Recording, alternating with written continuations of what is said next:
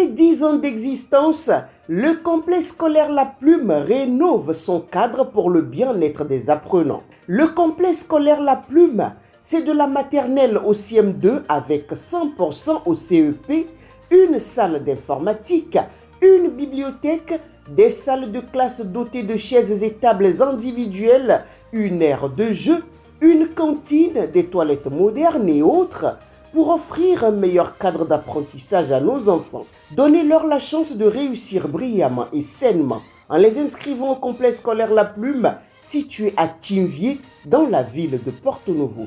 Contact 00229 61 16 96 69 ou encore 00229 99 15 40 30. Au complexe scolaire La Plume, nous formons réellement l'élite de demain.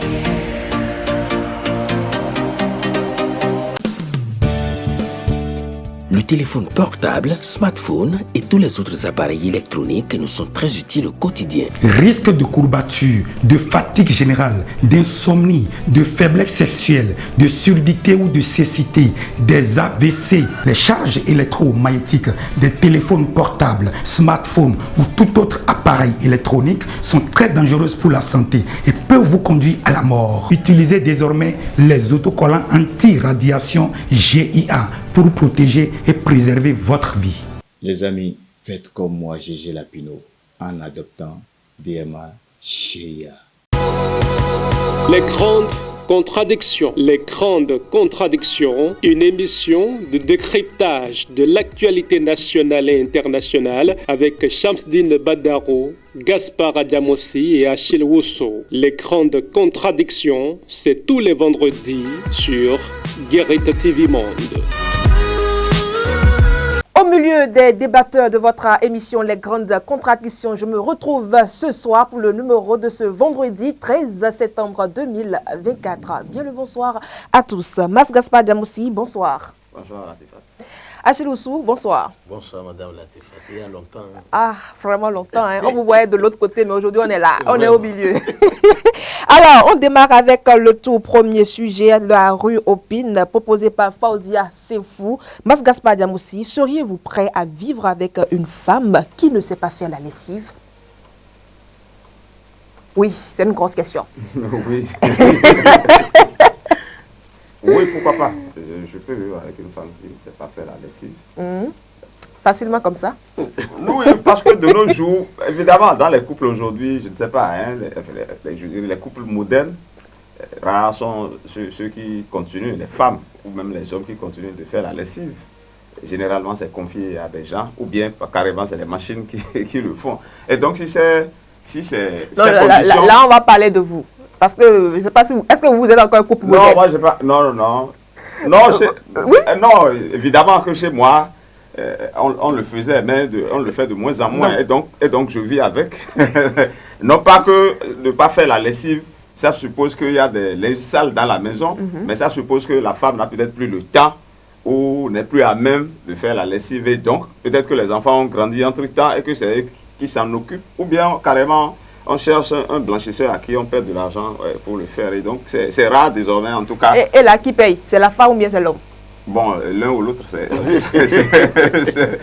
quand même la famille. C'est la famille? Oui, c'est un et indivisible. Donc, que ce soit, si c'est elle qui a les sous, elle paie. Si c'est toi qui as l'argent, tu paies. Et puis c'est comme ça. Achille Wusso, de votre côté, comment ça se passe? En tout cas, Gaspard parle comme un sage. Alors, oui, serez-vous prêt? Vous savez, je ne sais pas comment ça se passe aujourd'hui, mais la période d'amitié, d'avant, hein, oui, quand nous on était jeunes. Vous reconnaissez donc que vous avez vieilli. La période d'amitié était en même temps la période de test. Donc, de part et d'autre, hein, et le test du côté de l'homme pour la femme, c'est d'abord, est-ce qu'elle sait balayer, est-ce qu'elle sait préparer ou cuisiner, on apprend aussi à balayer. d'accord, et est-ce qu'elle sait faire la lessive, n'est-ce pas? Donc, s'il n'y a pas ce minimum-là, c'est grave. Ça veut dire qu'elle n'a pas été bien éduquée. C'est ça. Et lorsqu'une femme vient sous le toit d'un homme, sans ce minimum-là, c'est une injure qu'elle laisse à sa famille. Je crois que il peut arriver que elle ait des difficultés à faire la lessive. Là, on comprendrait. Ça peut arriver par moment. Ça peut arriver par moment, ça peut même être par la suite un problème de santé. D'accord? Là, on comprendrait. Mais ne pas savoir du tout faire la lessive, je crois que, en tout cas, Achille Oussou, donc vous ne serez pas prêt à vivre avec une femme qui ne sait pas faire la lessive. C'est le jour, j'ai constaté, c'est le jour là que c'est fini. Elle sait donc faire la lessive. Oh, mais proprement. Il est gay. Non, mais attention, moi je n'ai jamais dit qu'on ne sait pas faire la lessive. Il faut faire une différence. Parce que c'est vrai qu'en citant les choses, tu as parlé de repas. Le repas, ça peut s'apprendre. Mais faire la lessive, on n'a pas besoin d'apprendre. Ça s'apprend aussi? Non, on peut laver sans apprendre. C'est comme si vous me demandez qu'on doit apprendre à se laver. Ça coule de soi que ce que tu as porté, que tu mets ça dans l'eau avec un savon et que tu nettoies. Ça s'apprend aussi, parce que quand on prend le linge, il y a des parties qu'on lave. Oui, si tu ne sais pas que il faut laver les aisselles, le cou. Oui, non, bien sûr. Monsieur on sait qu'il faut laver pour que ça soit propre. Oui. Maintenant, comment laver? C'est comme si vous me demandez là où on joue pour le ballon. Non, laver la l'essentiel, c'est que ça soit propre. On va laver. Il faut savoir où laver, il faut savoir où et comment laver. Président, quand je parle de test... Non, je comprends ce que vous dites. Vous avez parlé d'amitié. Même au niveau de la lessive, là, même là. Ça, c'est même facile. Généralement, en amitié, quand les gens viennent, les gens balayent, les gens ramassent les effets, les gens les lavent, les gens nettoient la chambre, tout ça là. Mais quand on vit ensemble, c'est pour ça, moi, je pense que ce n'est pas de ne pas savoir faire. On peut savoir faire et ne pas vouloir faire. Ou bien on peut ne pas faire.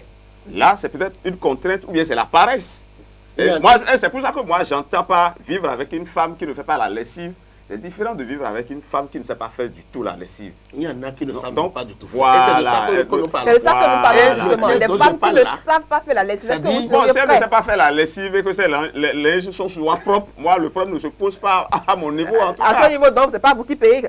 En tout cas, c'est pas vous qui payez. Moi, le test dont je parle même, c'est que quand elle vient, même pour passer une nuit avec vous, le lendemain, il faut aller voir comment elle a lavé ses dessous. Parce que si elle ne sait pas laver, après lessive, après séchage, vous constatez que c'est...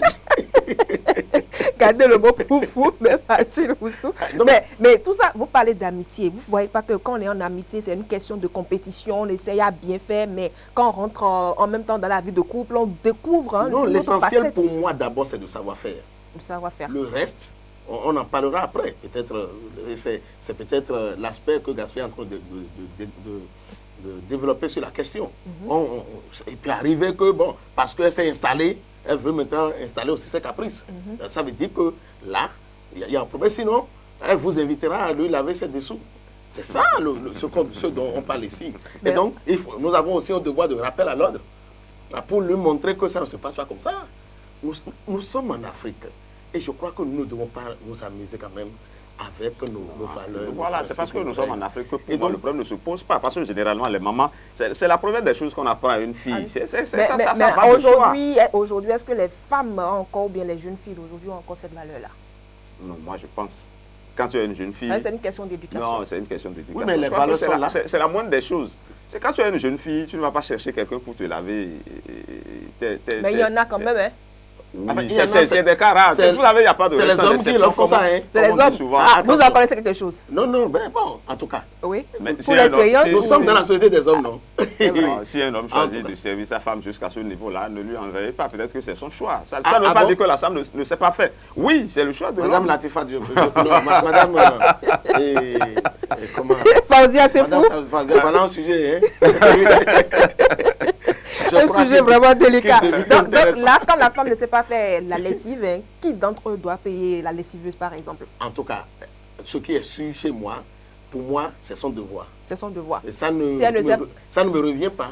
Bon, par moment, elle peut être fatiguée, il peut avoir beaucoup de choses à faire, et on peut l'aider, d'accord? Mais si elle ne veut pas faire la lessive, arrivons même là, ça n'est même plus, elle ne sait pas faire. Si elle ne veut pas faire la lessive, elle paie celle qu'elle sollicite pour venir le faire. Bon, maintenant, on peut peut-être l'aider par moment. C'est moi-même, j'ai refusé à ma femme de faire, parce que quand elle le fait, on finit à la pharmacie. Et donc j'ai compris que là, il faut faire un choix. Et donc ça veut dire quoi? La volonté est là. Mais la capacité physique ne suit plus. Et donc ça veut dire que là, c'est moi-même qui fais maintenant le choix donc, de lui éviter cette activité-là. Et donc ça veut dire que je fais face à ça selon mes moyens et puis elle peut compléter. D'accord. Achille Oussou, si elle ne s'est pas fait la lessive, ce n'est pas la peine. Ce n'est pas la peine. Je crois que les jeunes m'entendent. Chez moi, c'est acceptable. C'est acceptable. Parce que voilà. On a deux hommes. Qu'on peut vouloir on ne peut pas réduire la femme à cela. Et quand elle dit que on aime une femme, on a ses défauts. Oui, bien sûr. C'est ça. Comme quand on aime un homme aussi, on le prend avec ses défauts. C'est heureux. Je sais que ma soeur, à la maison de mon grand frère, elle n'a pas cette non, mais il ne faut pas réduire la femme à dire que c'est son rôle de faire. De faire la lessive. Non, ce n'est pas son rôle. Dans un couple, l'homme peut l'accompagner. C'est une question d'entente entre vous. L'homme peut l'accompagner comme ça peut être son rôle. Comme on peut aller chercher quelqu'un à l'extérieur pour nettoyer. Qu'est-ce qui devient grave? Non, si l'homme fait la lessive, ça devient encore plus grave. C'est qu'on l'a botomisé. Non, Achille est dans la réflexion. Achille est un bon Africain. Il a besoin de raisonner comme ça. Que je lave mes habits. Ça arrive même que je lave les habits de mes enfants. Ça arrive même que en lavant mes habits, que je prenne quelques habits de ma femme. Jusqu'à laver les dessous? Pardon. Ça, ce n'est pas encore arrivé. D'accord. Donc, ça arrive. Mais nous parlons de principe ici. Il faut que le principe soit d'abord établi. Que la femme sache que c'est d'abord son rôle. Et bon, écoutez, je connais mon grand frère. Ça peut être un rôle partagé. Je suis sûr qu'il n'acceptera pas. Et d'ailleurs, ça ne se passe même pas chez lui. C'est acceptable. Il a dit que c'est acceptable. C'est bien intéressant, mais nous allons passer au deuxième sujet de cette émission. Le Parlement a adopté à l'unanimité hier son budget 2025 qui s'élève à plus de 29 milliards de francs CFA. Le président des journalistes parlementaires. On parle d'un budget qui s'élève à plus de 29 milliards de francs CFA. En effet, à première vue, ça peut paraître énorme, comme tant par rapport à une institution comme l'Assemblée nationale. Mais comprenez que, de toute façon, ça se justifie, puisqu'il y a un chantier qui est en cours d'érection, le siège de l'Assemblée nationale notamment. Donc c'est ça qui justifie que le montant soit à cette hauteur-là. Et de toutes les façons, 29 milliards pour une institution comme l'Assemblée nationale, bon, je ne sais pas. C'est un budget qui a ses caractéristiques et qui a ses rubriques et tout se justifie, tout se tient. Et d'ailleurs, vous savez bien que depuis l'avènement de cette législature-là, il y a une forme d'opposition radicale qui rejette tout. Oui. Mais pour une fois, au moins, ils se sont tous entendus pour adopter, n'est-ce pas, ce budget. Ça prouve donc qu'au moins pour une fois, il y a une entente parfaite au niveau des députés. Et s'ils trouvent que c'est bon pour eux de voter 29 milliards, ce n'est pas à nous de dire que c'est pas bien. C'est pas bien. Alors, comme Mascaspar Diamoussi le dit, l'opposition a soutenu le budget. À l'unanimité, ça a été voté. Et c'est ce qui me surprend. Venant de l'opposition, pour une fois qu'on parle du budget. Quand ils ne votent pas, vous dites qu'ils ne votent pas. Maintenant, ils votent, ça vous surprend. Non, c'est ça le problème. Ils nous ont habitués donc, au rejet, tous azimuts. Et donc, ça doit nous surprendre que pour une fois, surtout que l'année dernière, nous savons quelle a été la polémique autour de la question, en ce qui concerne la maison du président de l'Assemblée nationale qui serait rénovée ou réfectionnée. Et donc, la polémique avait enflé. Mais bon, heureusement que cette année, on n'a même pas eu, je ne sais pas comment, ce que le président a pu Non, ce débat-là est suivi plutôt au niveau de l'adoption du rapport d'activité du président. Cette fois-ci, c'est le budget de l'institution. Oui, mais je crois que c'est dans le budget de l'institution qu'on met les moyens pour ces différentes activités, puisque ça relève de la compétence exclusive de l'Assemblée nationale. Et donc, l'Assemblée étant autonome, son budget est aussi, dépend donc de son exécution. Et donc, par rapport à ça, je crois que le débat ne reviendra plus. Surtout que le budget a été voté. C'est tant mieux, 29 milliards, bon, nous constatons une augmentation. Si cela, c'est pour de bonnes perspectives, c'est pour des activités qui donnent beaucoup plus donc, de rayonnement, de visibilité au Parlement béninois, c'est tant mieux. Mais si c'est pour satisfaire les intérêts des uns et des autres, qu'on a constaté cette entente subite, bon, ce qui est sûr, il y a toujours quelque chose. Il y a toujours quelque chose pour mettre le secret dehors. C'est ça. On aura le secret certainement pendant l'exécution de ce budget-là. Non, Oui, Adam aussi. Dites-nous. Non, on ne saurait dire qu'il y a c'est pour des intérêts des uns et des autres. Parce que en réalité, les indemnités des députés et autres sont fixes. On connaît à peu près ce que c'est que ces indemnités-là. Donc, il ne s'agit pas d'en créer d'autres de toutes pièces. Et donc, ça peut se justifier. Comme je l'ai expliqué tantôt, c'est plutôt par rapport au siège de l'Assemblée nationale en construction qu'il y a eu cette augmentation. Et puis de plus, il faut savoir quelque chose. C'est vrai que c'est un budget autonome, comme vous le dites. Mais si le budget est voté en l'état et que vous n'entendez rien, surtout du côté du gouvernement, il faut savoir qu'il y a comme une entente qui ne dit pas son nom, ou bien qui dit son nom. Parce qu'il y a souvent un cadrage au niveau du ministère des Finances qui dit qu'il ne faut pas que l'augmentation dépasse tel seuil. Et donc, je suppose qu'ils se sont entendus par rapport à cela et que le ministère des Finances, le gouvernement à travers le ministère des Finances, a vu clair dans les raisons de l'augmentation et que tout s'est passé comme cela. De toute façon, ce budget-là, ce projet de budget est incorporé au budget général de l'État. Et donc, lors du vote du budget général, on saura évidemment si le gouvernement est vraiment d'accord pour cette augmentation ou pas. Mais je crois qu'ils sont d'accord. Sinon, il y a souvent des échanges par ailleurs entre les deux structures. Et donc, je ne pense pas qu'il y ait Adam, quelque chose... on ne peut pas dire là que l'opposition est peut-être en train de changer de stratégie ou bien de méthodologie. Non, c'est possible.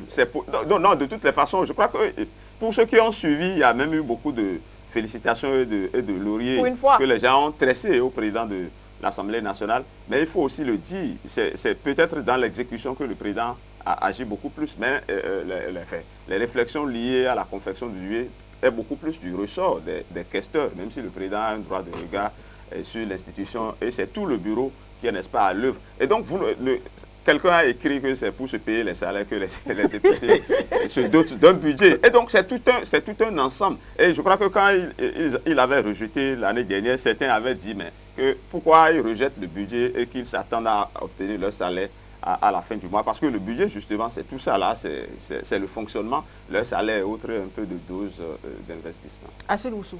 Non, mais c'est vrai qu'il sera heureux de constater quand même que le chantier, le nouveau chantier du Parlement puisse évoluer. Et je crois que ce sera du rêve de chaque député, donc de cette mandature-là, de vouloir quand même mettre pied là pour dire qu'il fait partie de ceux qui ont inauguré ce Parlement-là. Si c'est pour ça qu'ils se sont entendus, c'est tant mieux. Mais les salaires sont fixes, les primes sont fixes, nous sommes d'accord. Mais les missions ne sont pas fixes. Le président peut en créer pour tout le monde. Et donc, bon, il y a des missions statutaires. Vous savez, oui, nous sommes d'accord qu'il y a des missions statutaires. Au niveau de la CEDEAO, au niveau de... Oui, je suis d'accord. Ça aussi, c'est statutaire. Mais au-delà de ça, on peut encore en créer. Le président peut sortir avec qui il veut. Maintenant, vous pouvez lire dans de toute façon, le budget à la cible de tout le monde. De l'opposition comme de la mouvance, c'est un budget commun. On a quand même constaté. Si cette entente-là peut continuer vraiment pour aller au niveau du budget général de l'État, ce serait aussi tant mieux.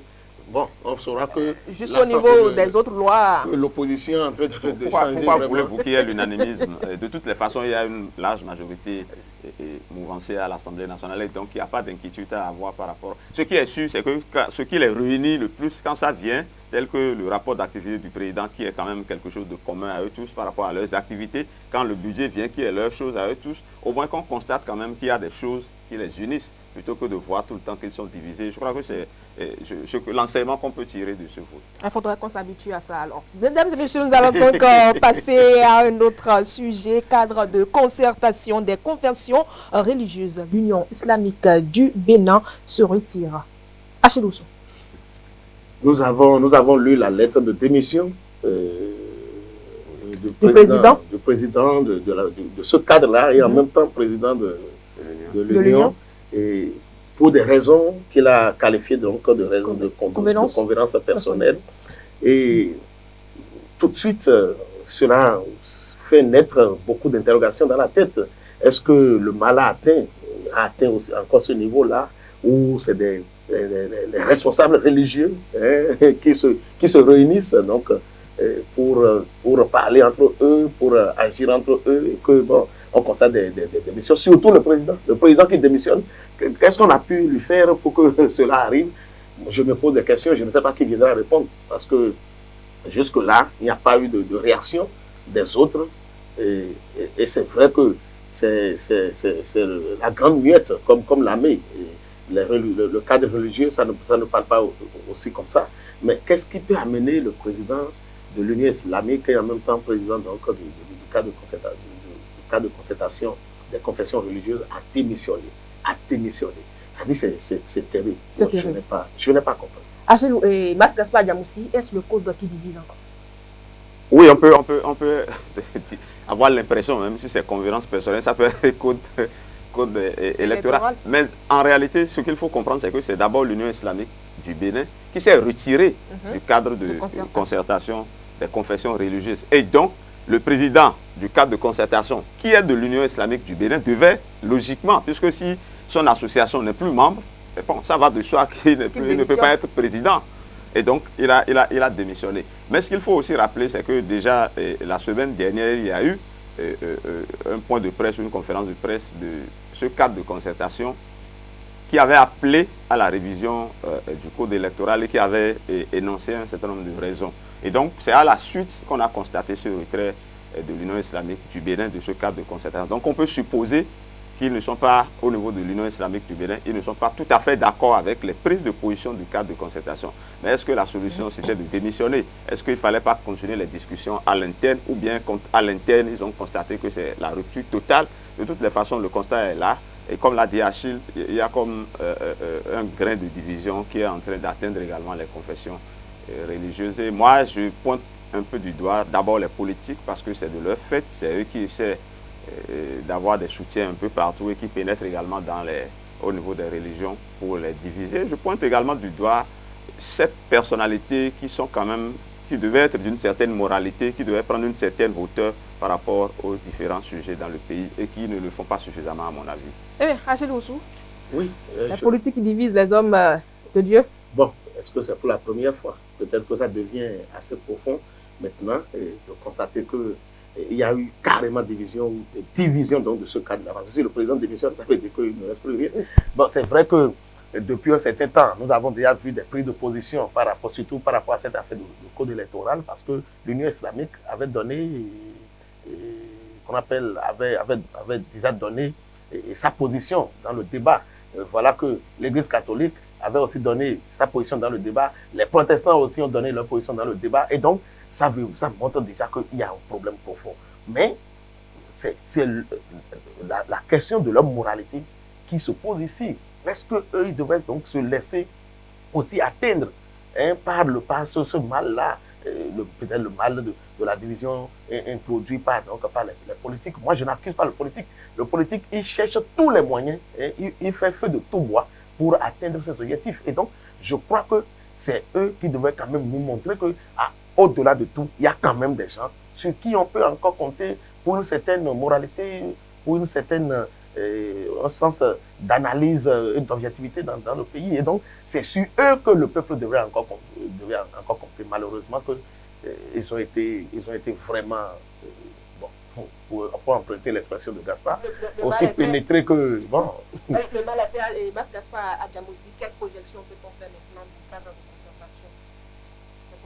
Est-ce que notre président serait élu d'ici là ou... Non, moi, je n'étais pas à l'interne, je ne sais pas ce qui va se passer. Mais de toutes les façons, nul n'est irremplaçable. Si l'Union islamique quitte, les autres restent. Et donc, c'est sûr qu'ils vont se réorganiser à leur manière. Mais que feront-ils pour que le virus de la division ne puisse pas gangréner davantage la conférence? La conférence, comment vous appelez ça? Le cadre de concertation des confessions religieuses.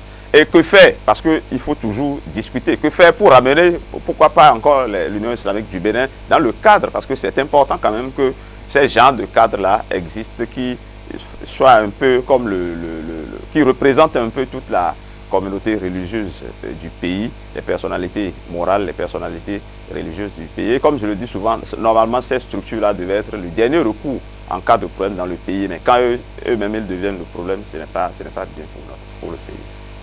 Mas Gaspard Diamoussi, je reste toujours avec vous. Nous parlons à présent de l'affaire Steve Amoussou, le club Amoussou MMA réagit. Oui, il était temps. Il était temps parce que dans le dossier Steve Amoussou, notamment ceux que nous appelons dorénavant les ravisseurs de Steve Amoussou seraient donc de ce club de MMA Hevioso MMA. Et donc, depuis que le dossier a commencé, c'était quand même un silence lourd du côté de ce club. Et donc, fort heureusement, ces derniers jours, on a constaté un communiqué de ce club. Mais moi, ce communiqué-là me laisse un peu sur ma faim ou sur ma soif, si vous préférez. Et parce que ils sont venus dire tout sauf l'essentiel. Ils sont venus comment ils ont formé des super combattants et autres. Mais le dossier sur lequel ils sont attendus, parce qu'aujourd'hui ils sont devenus un peu la risée. Les gens parlent de MMA, et Sapata, de MMA, tout ça. Ils sont devenus la risée de tout le monde pratiquement. Et les gens parlent comme si ce club-là est devenu quand même une genre de milice qui peut aller kidnapper les gens ou qui le faisait par ailleurs.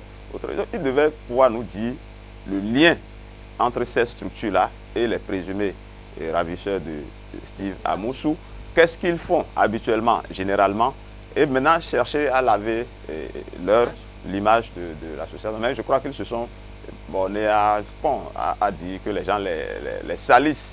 Mais ils devaient pouvoir expliquer profondément. Et moi, j'ai l'impression qu'ils sont passés à côté de l'essentiel. Bon, c'est peut-être un coup de com' qu'ils veulent se donner. Ils sont connus davantage.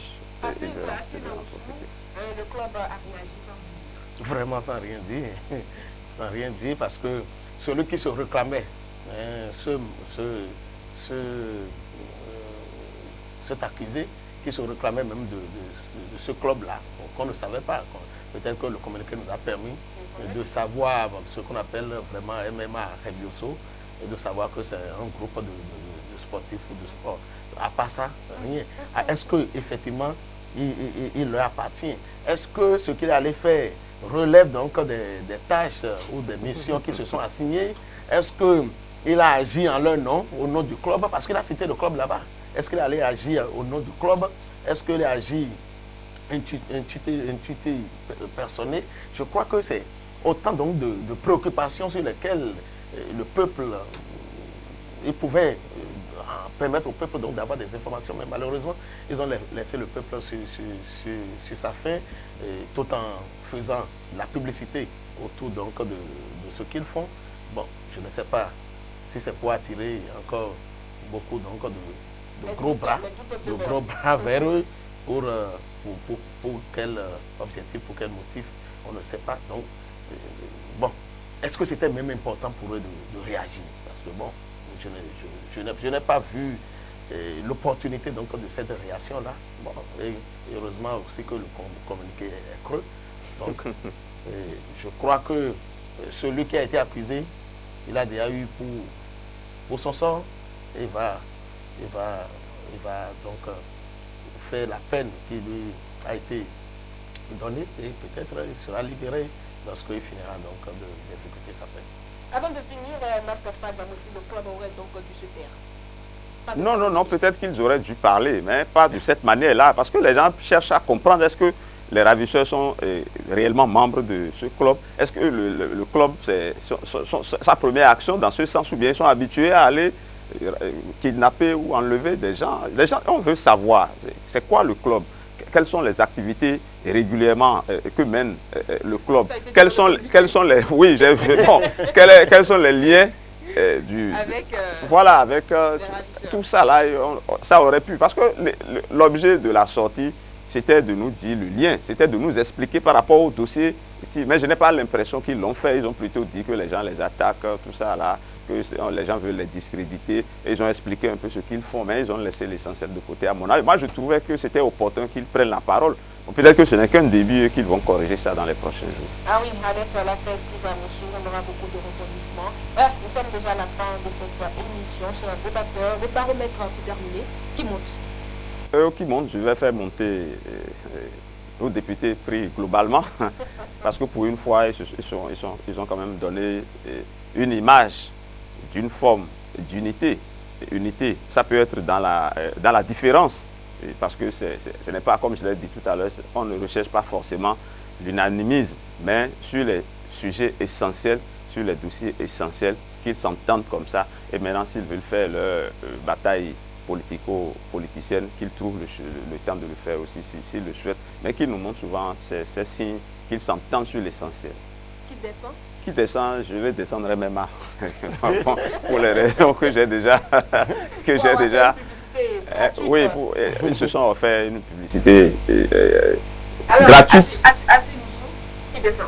Et qui descend, c'est le cadre de concertation des confessions religieuses pour cette image qu'elle a projetée donc, dans l'opinion coronationnelle.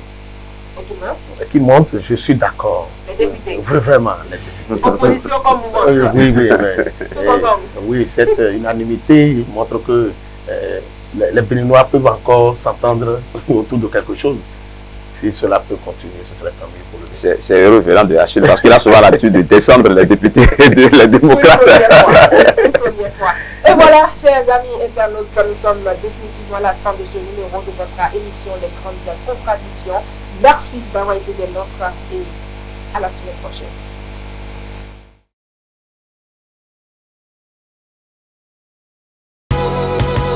Les grandes contradictions. Les grandes contradictions, une émission de décryptage de l'actualité nationale et internationale avec Shamsdine Badaro, Gaspard Adamossi et Achille Wusso. Les grandes contradictions, c'est tous les vendredis sur Guérite TV Monde.